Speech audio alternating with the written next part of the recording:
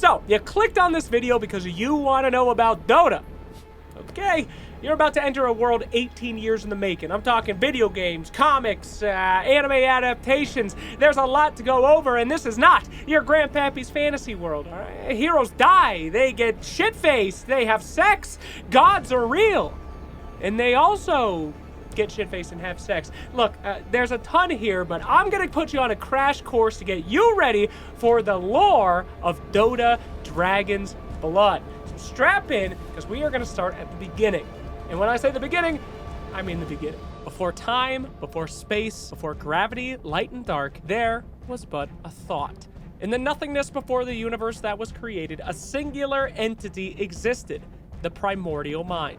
This consciousness lay simply pondering in that void for untold eons until an intrusive thought. This thought turned into an argument, one so fierce that the mind itself split into different personalities in order to debate itself to find an answer. Is it better to think or act? Is power and chaos the driving force of life, or is it a natural order with some cosmic purpose?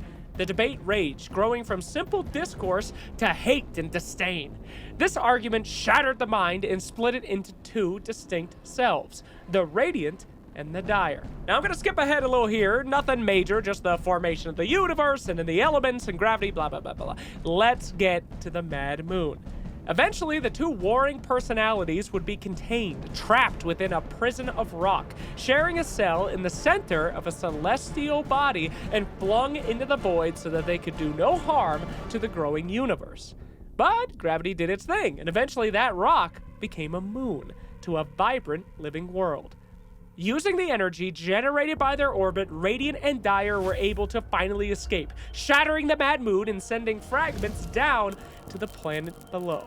The Ancients were not free, however. They were still trapped in that rock prison.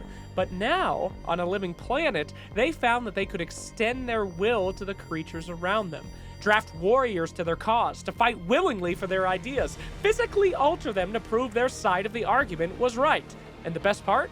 With physical followers, the debate could change from word to sword. The Ancients could finally achieve ultimate victory over each other. They could finally physically destroy each other, punching through their enemies' defenses. And that's where we come in. Dota, the defense of the Ancients. But the world the Ancients fell to was no normal world. They fell there for a reason. This was a world at the nexus of the universe, a central focal point of the planes of existence, of multiple parallel universes and timelines. The planet is one of magic, where humans, elves, trolls, Oglodi, and whatever that guy is, all live together. On this planet, gods are not some immaterial idea, but are just as likely to kill you as the drunk in the local bar. It is a world where dragons can destroy your city in an instant, or a wizard could turn you inside out for looking at him the wrong way. But despite the chaos, there is order to be found. People still live their normal-ish lives. There are kingdoms, there are societies, jobs as low as an innkeeper to as righteous as a dragon knight, aka animal control. Gods are real and impact the world every day, and the people worship them and follow them, and will happily kill for them. This is a world where elements themselves all have physical manifestations. You could have a conversation with the physical representation of life itself, or get eaten by an eldworm who is chaos given form. That's just the way the world works. This seems insane, but there are rules on this crazy planet after all. Take the shopkeepers, merchants that are blessed by the gods to act as a neutral ground of commerce. They hold the most powerful wares in the world, some blessed by gods and demons alike, and are able to trade these relics with the full protection of all the gods. Kill a shopkeeper or break a deal, and you are free game to be flayed by every god and demon and anything in between.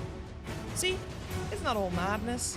The planet is also still governed by the elements: fire, earth, water, storm, and the universe is still governed by forces: gravity, light, and dark.